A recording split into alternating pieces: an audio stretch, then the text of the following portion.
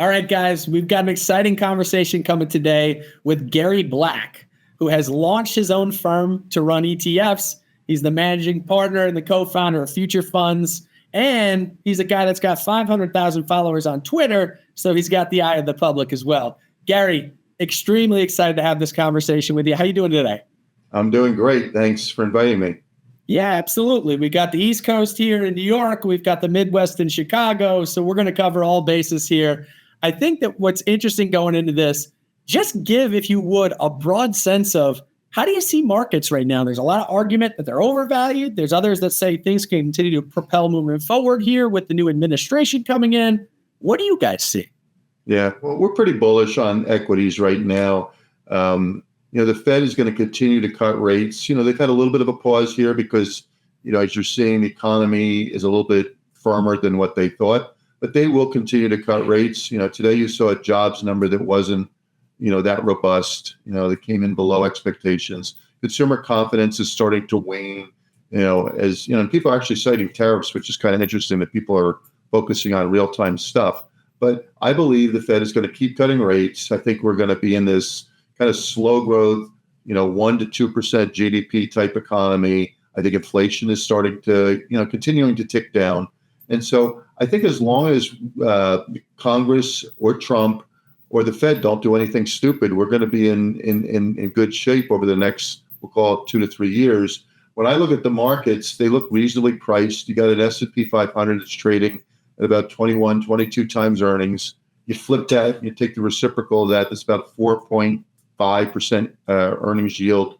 And, 10-year treasuries are right about that. So you can't really say the market's either overvalued or undervalued. I'd say it's fairly priced, but because Trump has come in, there's going to be, some stimulus in certain sectors. It's really going to be a stock pickers type market. And I think that's what we do well at Future Fund. Yeah, absolutely. Now, what's interesting is you're talking about a GDP at 1 to 2%, and you talk about the multiple on the market at 22 times or so. That's associating about a 15% earnings growth rate over the next year. How do you square that with 1 to 2% GDP growth and then 15% earnings growth from a corporate standpoint? Yeah, 1 to 2% GDP growth is down from where it was, and again, this has allowed the Fed to cut rates. And we're not forecast that earnings growth would be any more than 15%. We use actually a lower number than that for overall corporate earnings. But I think as long as we avoid a recession, and as long as, again, Congress can't do something dumb like it's a big if. That's a big if, Gary. It's a big if. We've seen Congress do a lot of dumb things, and more importantly, Trump can't do something dumb. And I would argue that tariffs are bad for the economy because, as you know, and I have some familiarity with international business. I actually own one. When tariffs go into place, the person who is doing the importing, the merchant that's doing it, has to make a decision. Should they pass along in the form of a price hike?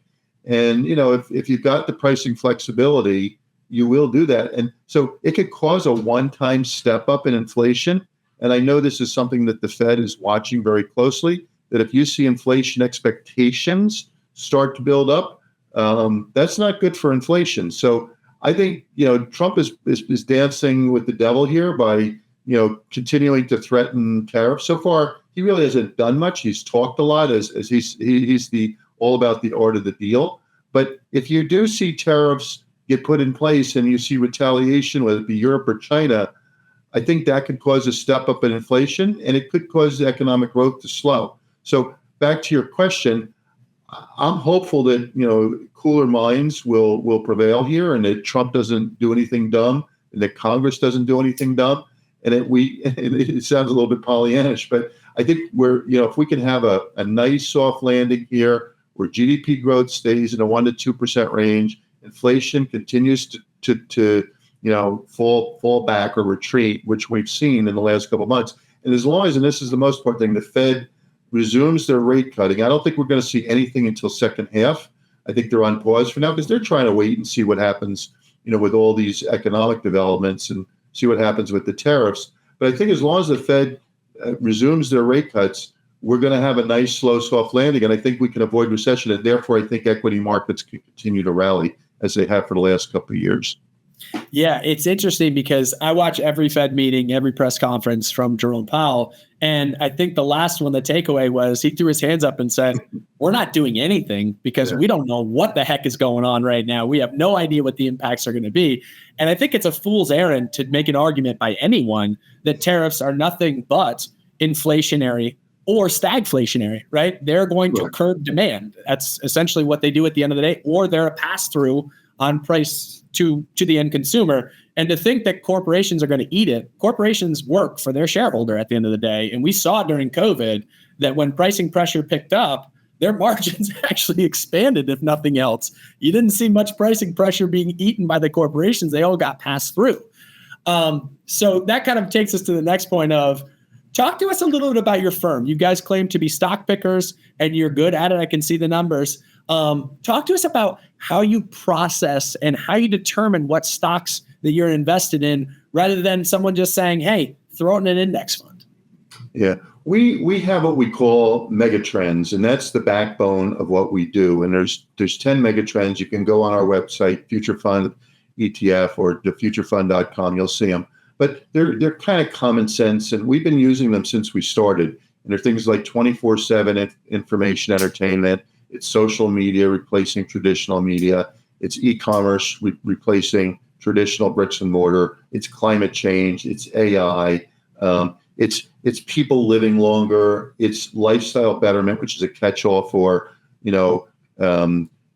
young adults today are staying at home longer. They have more disposable income, so they go to the gym, they travel. And so we use those mega trends as what we call tailwinds to pick our portfolio. We don't say they have to fit into one mega trend, but we're cognizant of what those mega trends are. So as we're scouring the universe, trying to look for growth names, and we're growth investors, we try to find names that will benefit from these mega trends, and we try to avoid the names that are going to be disrupted by these megatrends. So when you look at the top of our portfolio, you'll see names like NVIDIA, you'll see names like Google, you'll see names like Meta, where we believe they're beneficiaries of the megatrends around us. And so what we try to do is find names that fit those megatrends. That's kind of a first step. The second step is we do bottom-up research, meaning we don't really pay that much attention to the street. We try to build our own financial models. We try to find stocks that have at least a 2-to-1 upside versus downside. And the way we do that, we build an earnings model, a cash flow model. We go out usually 5 to 7 years, and then we try to figure out, okay, what is the earnings power of the company going to be in, say, 2030?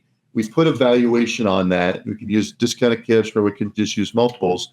And then we come up with what is the present value of those, if they have dividends, what the earnings stream, what the terminal value is, and then we compare it to the price. And if we have at least 2-to-1 upside and downside, and we think about downside risks, that affect, big sectors or they affect individual stocks, that would tend to be a good candidate for putting it into the portfolio. Our view is that we like more concentrated portfolios. We like portfolios that, where we can make a bet, where we have conviction. But, more than anything, we're very disciplined about what we pay for things. And that does separate us from other growth managers like ARK, where they use, I don't think they call them mega trends, but they use thematic. They have more thematic type investing.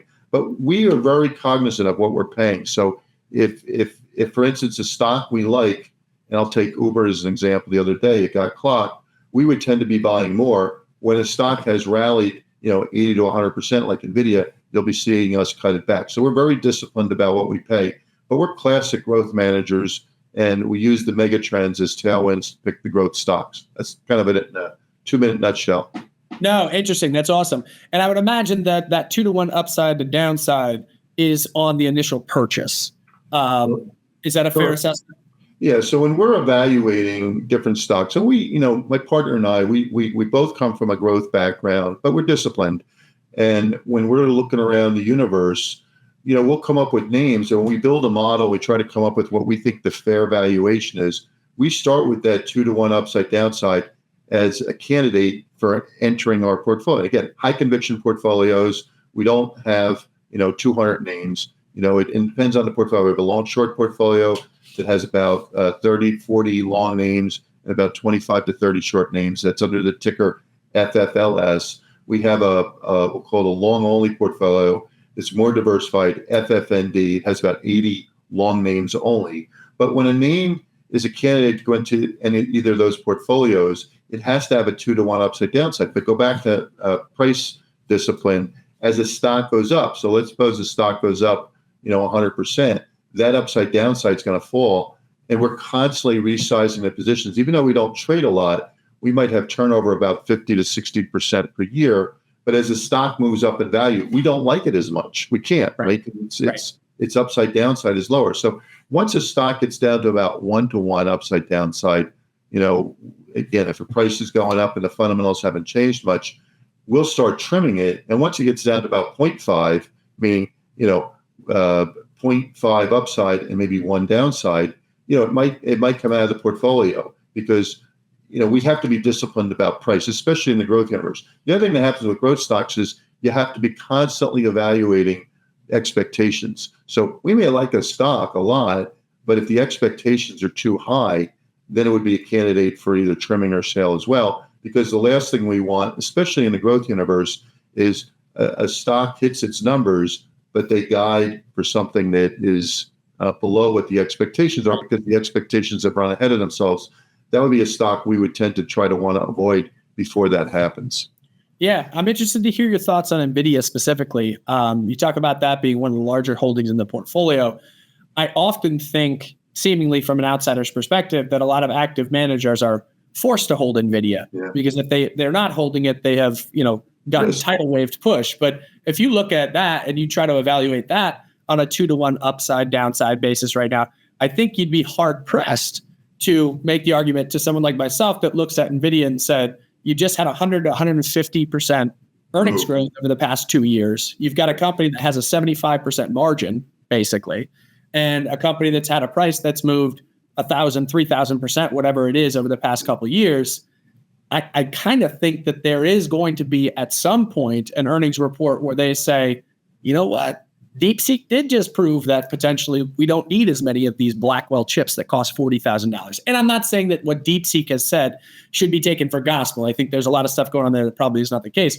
But nonetheless, I think there is a point of reckoning coming at some point for that stock. And with the magnificent move that you've seen on the upside, having meaningful downside risk is certainly present at some point. So let me give you that. Take it for what it's worth.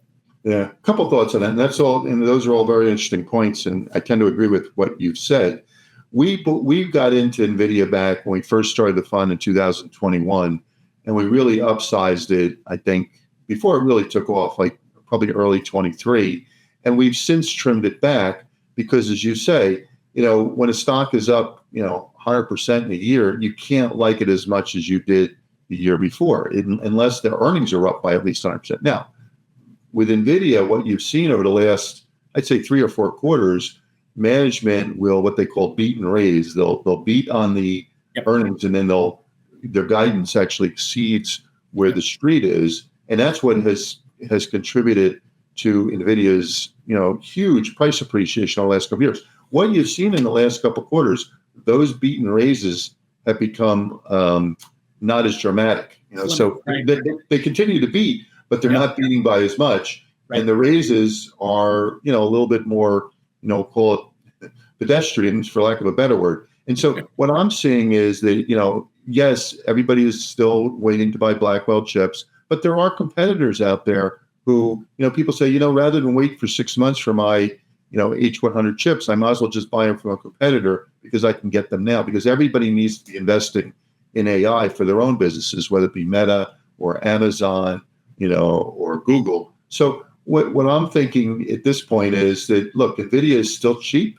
It trades at about 35, 40 times this year's earnings. So it's not expensive. And we tend to look at things just, on a price earnings relative to growth basis. So if a stock is trading at 35 or 40 times earnings, but it's growing at 25 to 30% a year, which is what we still see NVIDIA growing at, on a price earnings relative to growth multiple, it's not expensive.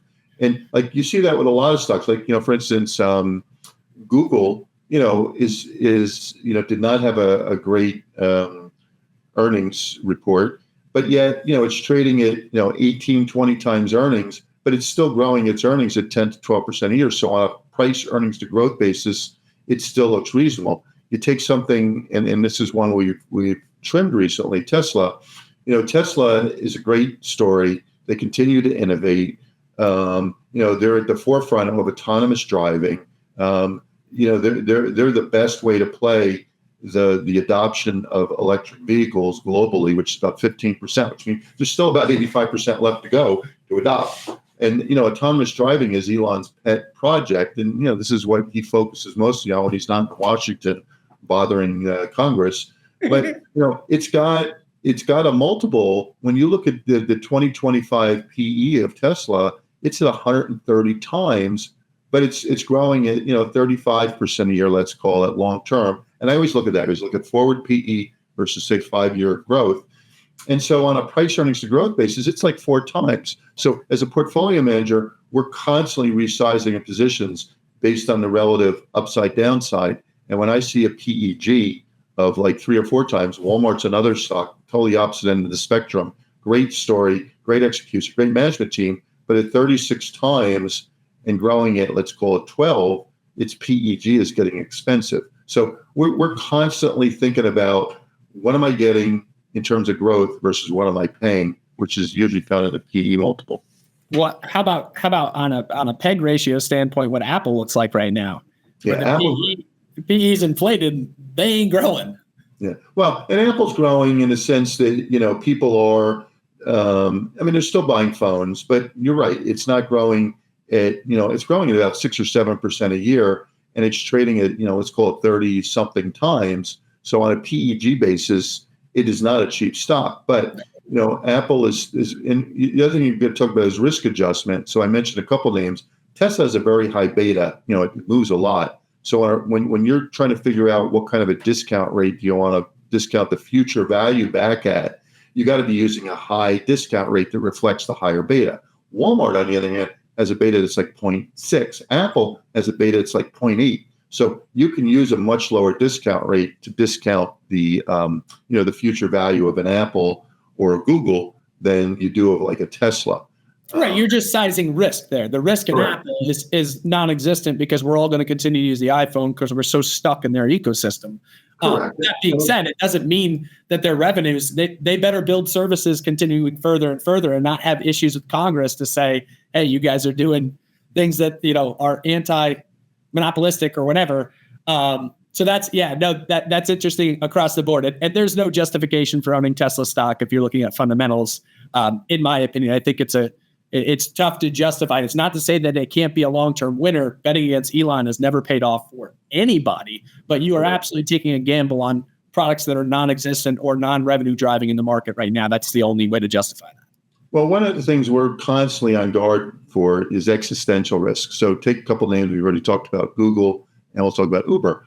Google has an existential risk in the sense that if you've got ChatGPT or Copilot, or any of these chatbots, and I don't know about you, but I know with myself, when I'm doing a search, I'm much more likely to use one of those chatbots to search than I am Google anymore. So that's an existential threat, but that's why the stock is not done that well, and that's why the PE ratio is fairly low.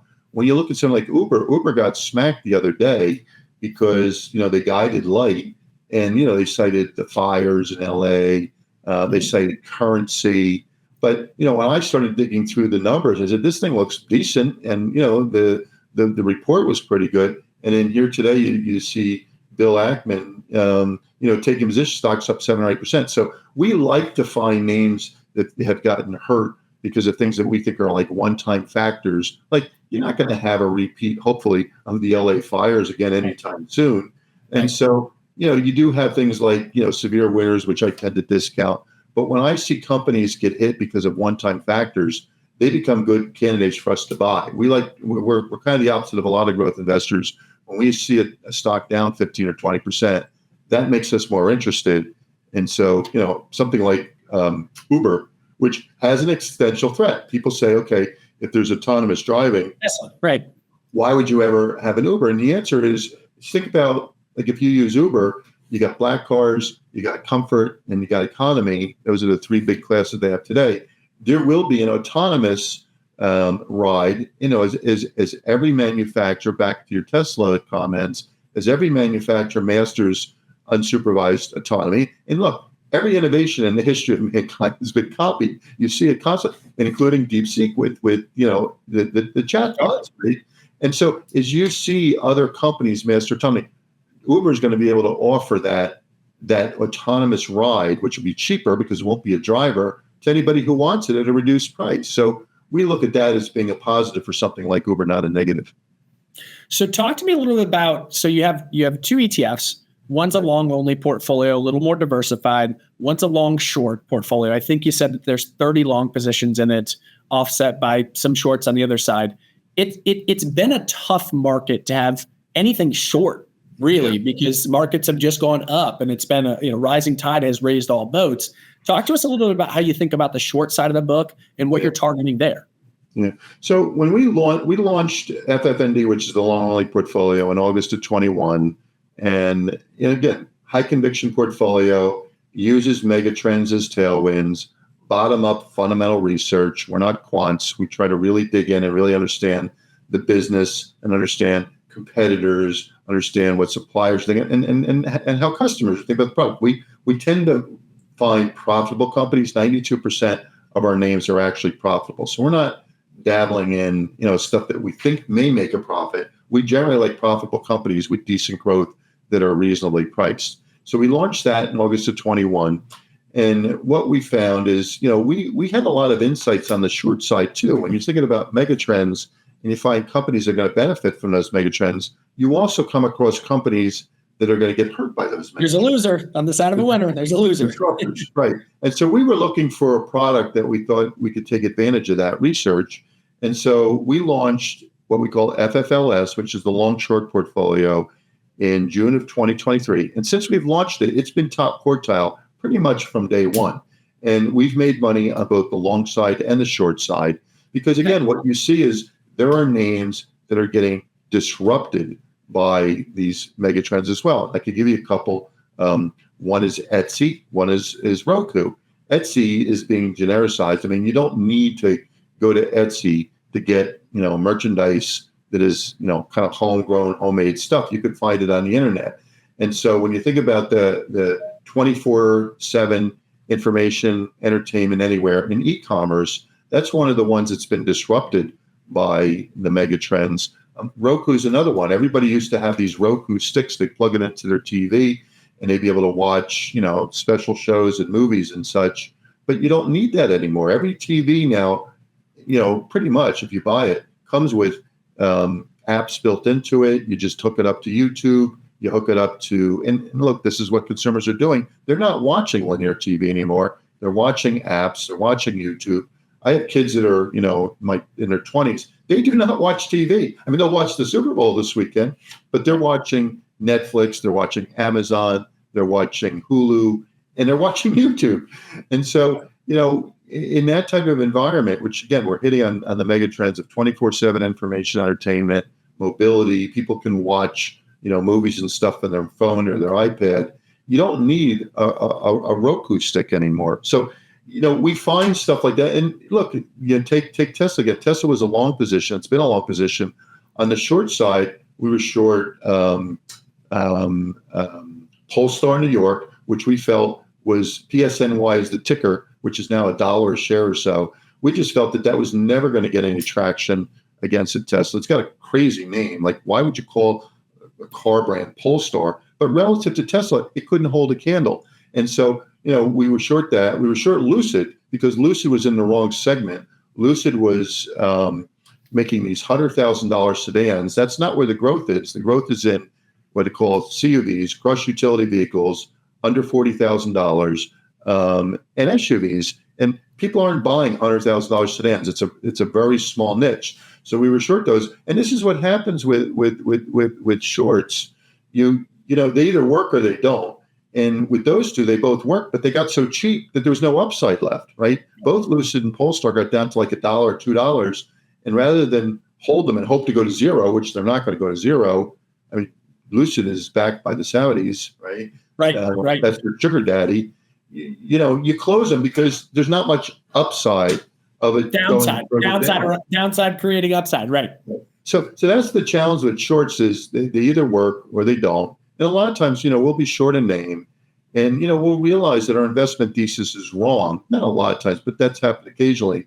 And so we will close the short, not because it's worked, but we just think that, our investment thesis for shorting it didn't pan out. And we've had a few names like that. All portfolio managers on the short side have that. But what we can look back and say, since June of 23, our shorts have generally added alpha a couple points a year.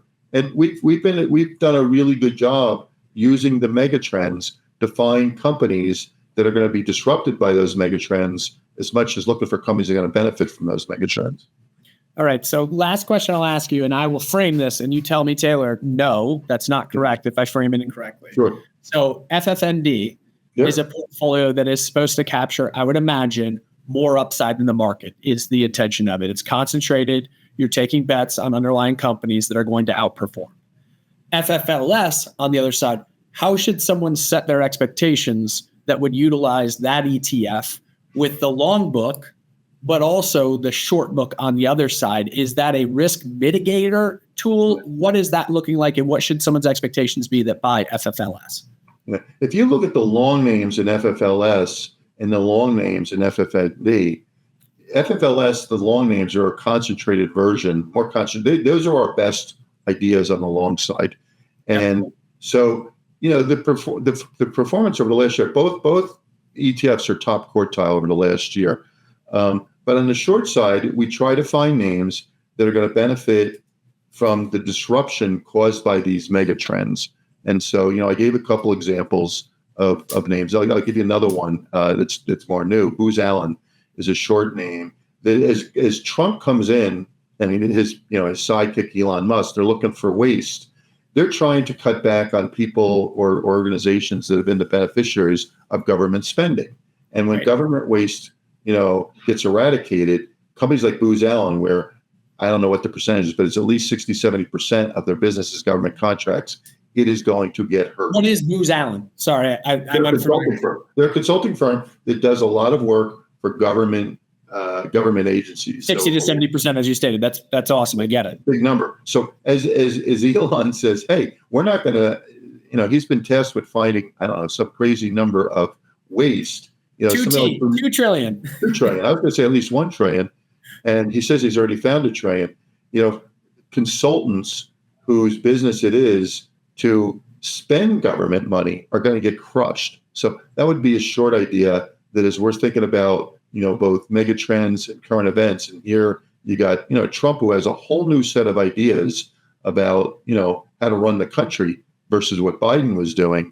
We can find good short names that have that. So think of FFND as high conviction, long only portfolio. And, our goal is to beat, call it, ACWI is the benchmark. It's a global benchmark. Okay. By 200 to 300 basis points a year.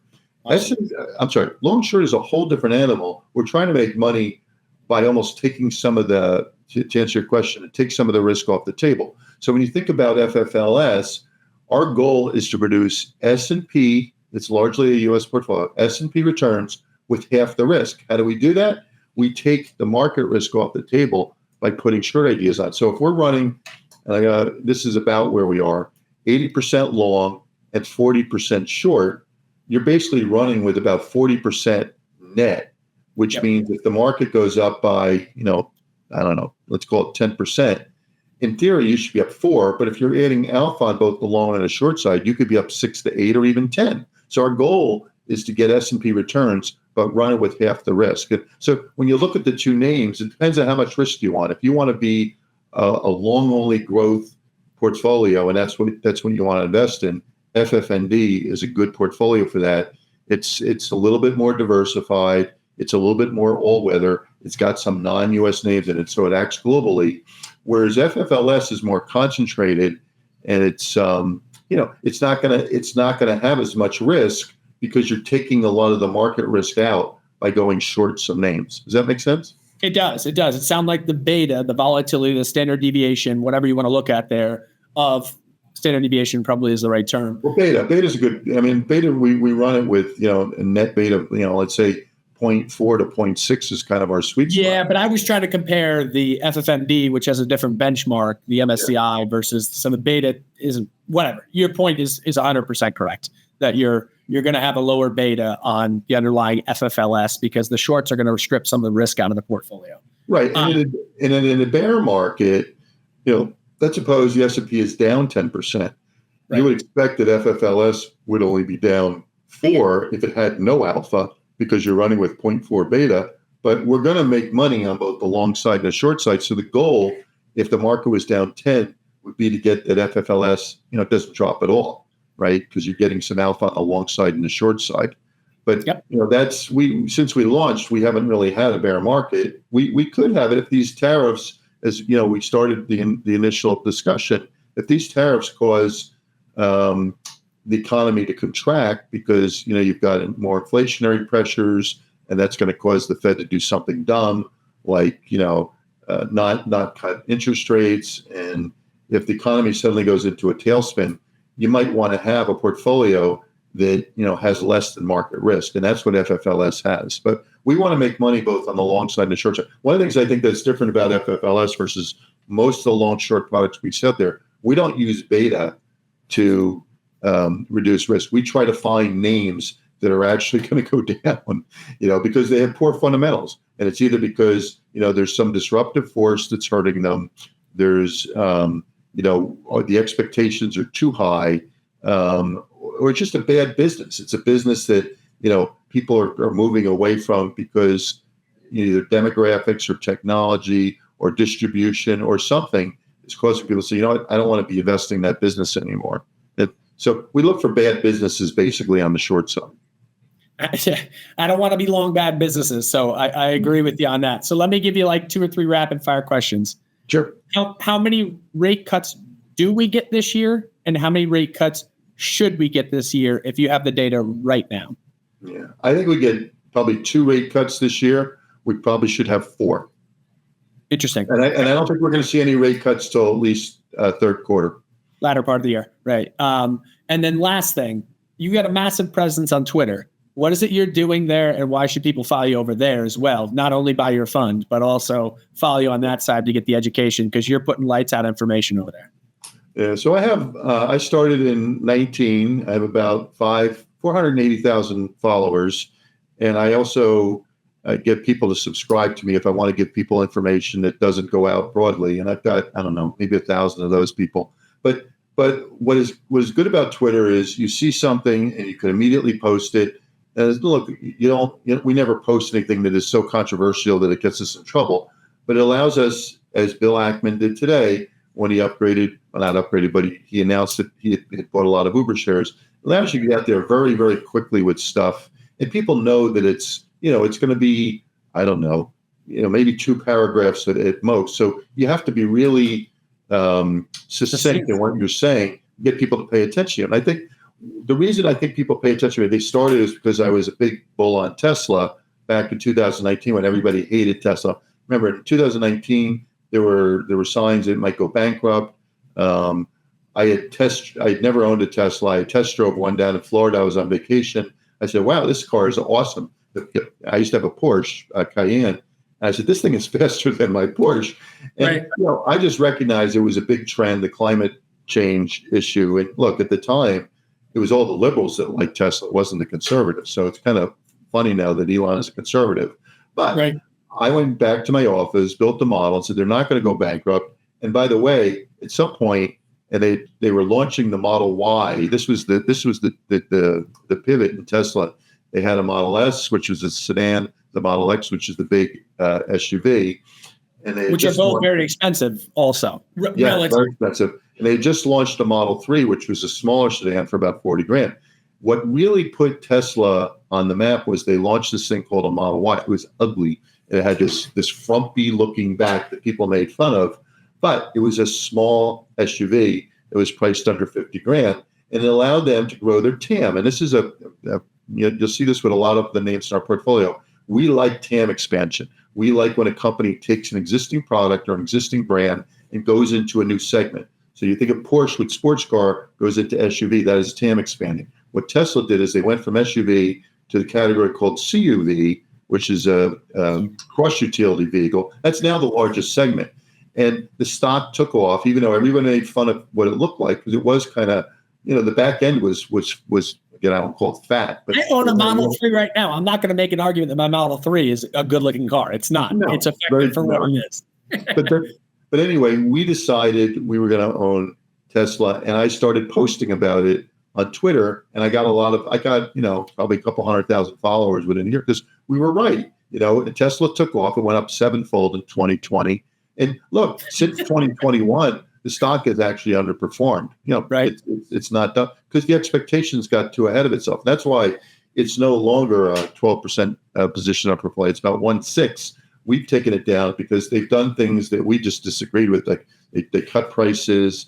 I don't mind going to like 0% financing and stuff, but there's a cost to that. And you have to recognize from an accounting standpoint, when you go to a 1% financing, you have to recognize the cost of that discounted financing up front. And right. So that's why if you looked at Tesla's quarterly report from a couple of weeks ago, it was terrible. The margins were terrible. The guidance they gave for this year was terrible. And that's why the stock has done so poorly. Well, the funny thing was it did pop immediately. I know. Terrible earnings. They just missed it. And look, Elon gets on the call. He starts talking about autonomy. Robots, autonomous, yes. And he gets people excited, especially the Tesla faithful. And the one big positive that came out of the call was, and you got to watch this, is in June, they're going to launch an unsupervised robotaxi product in Austin, Texas. And it'll get people's attention. But if it runs over one person, the stock's going to get absolutely obliterated. So we keep our risk low. But back to Twitter, that's how I got started. I started talking about Tesla, and I've since tried to broaden it out. But people still listen to me for my Teslas, even though I'm viewed as a cautious bull. I'm not, we own the stock, but we're not wildly crazy about it because and here's the thesis to it, I believe that others will be able to replicate what Tesla has done on the unsupervised autonomy basis. I don't think they're going to be the winner take all. I think with every technological innovation, I go to chatbots as an example, people do copy them, and it's not that hard. It's not that it's not hard, but you can copy it if you spend enough money. And, go back to DeepSeek, I don't think they spent $5 million. I think they spent more. But what people are realizing is you can actually replicate a lot of the technology out there. And I think people will be able to replicate what Tesla has done on autonomous driving. But that's the new frontier on automobiles. If you listen to Ford or GM, they're spending a ton of money on trying to get longer lasting batteries and autonomy. Those are the two areas that everybody's focusing money on. Yeah, the market's actually pricing them like they won't exist 10 years down the line or 20 years down the line. Ford, GM at 6 times earnings or whatever. They assume it's a truncated value, as we call it, where 6 years from now the stock is gone. And they won't be gone. They'll still be there. Yeah. Now, you're a phenomenally intelligent guy and an awesome portfolio manager and an awesome chat. So thank you for informing me on what's going on in the world because you're much more astute than I am. So appreciate the heck out of your time today. Hopefully we can have you back in 6 months or whatever it is, and we can talk about how right you were on all the kind of calls that you had out here. But Gary, appreciate the heck out of your time. Again, Gary's tickers are FFLS and FFND, long only and long short, vice versa. But thank you so much, and we'll chat soon, Gary. Thanks, Taylor. Appreciate your time.